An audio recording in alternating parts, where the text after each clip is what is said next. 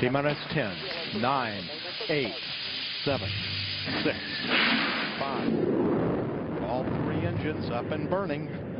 2, 1, 0, and liftoff. The final liftoff of Atlantis on the shoulders of the space shuttle. America will continue the dream. Program, Houston. Roger, roll, Atlantis. Houston now controlling the flight of Atlantis. The space shuttle spreads its wings one final time for the start of a sentimental journey into history.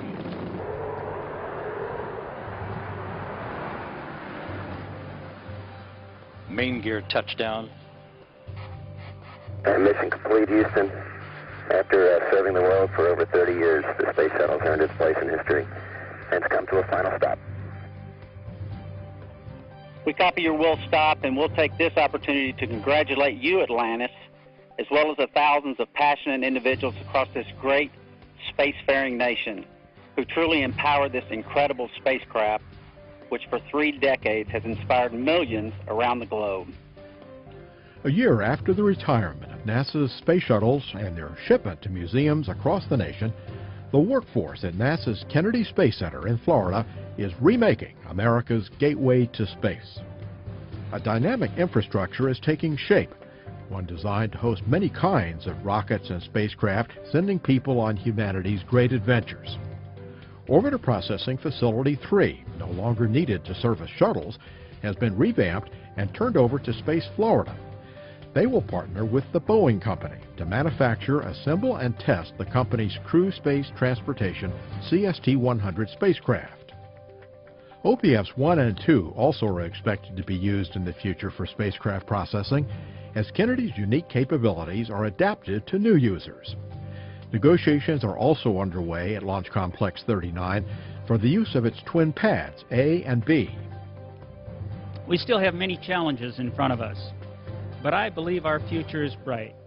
And as great as our last 50 years have been, I believe our next 50 years are going to be even better. Some of the work has already paid off, offering the NASA community hints of what the future holds. SpaceX, for instance, launched a demonstration cargo delivery flight to the International Space Station in May. The company and NASA proved that cooperation can overcome daunting technical hurdles safely and effectively.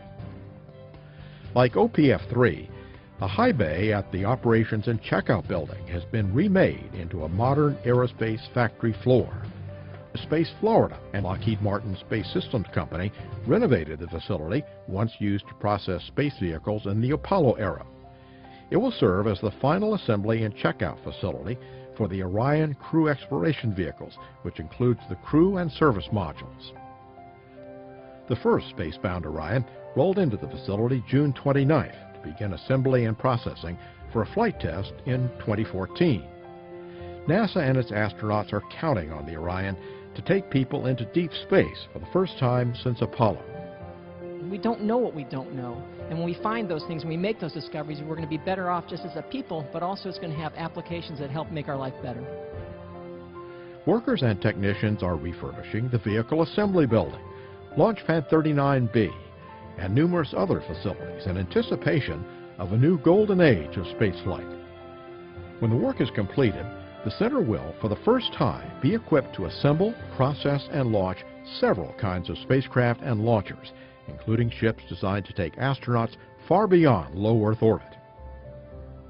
The Commercial Crew Program, based at Kennedy, has made strides toward bringing those vehicles into existence by sharing NASA's hard-earned expertise with private companies.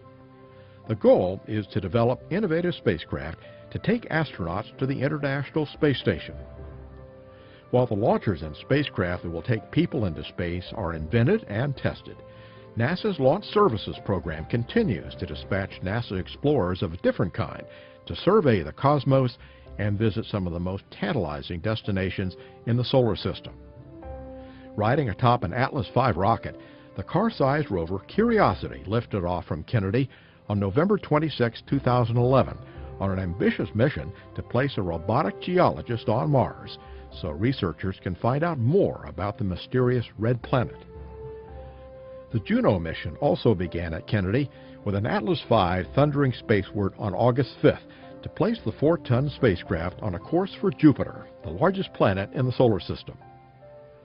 A pair of small spacecraft known as Grail were sent to our closest astronomical neighbor, the Moon, on a Delta II rocket on September 10th to map the lunar gravity field with unprecedented precision. From new programs being established to the refurbishment of center landmarks to the successful launches of innovative spacecraft, Kennedy remains at center stage in NASA's space exploration ambitions. The road to space has always and always will lead right through the great state of Florida.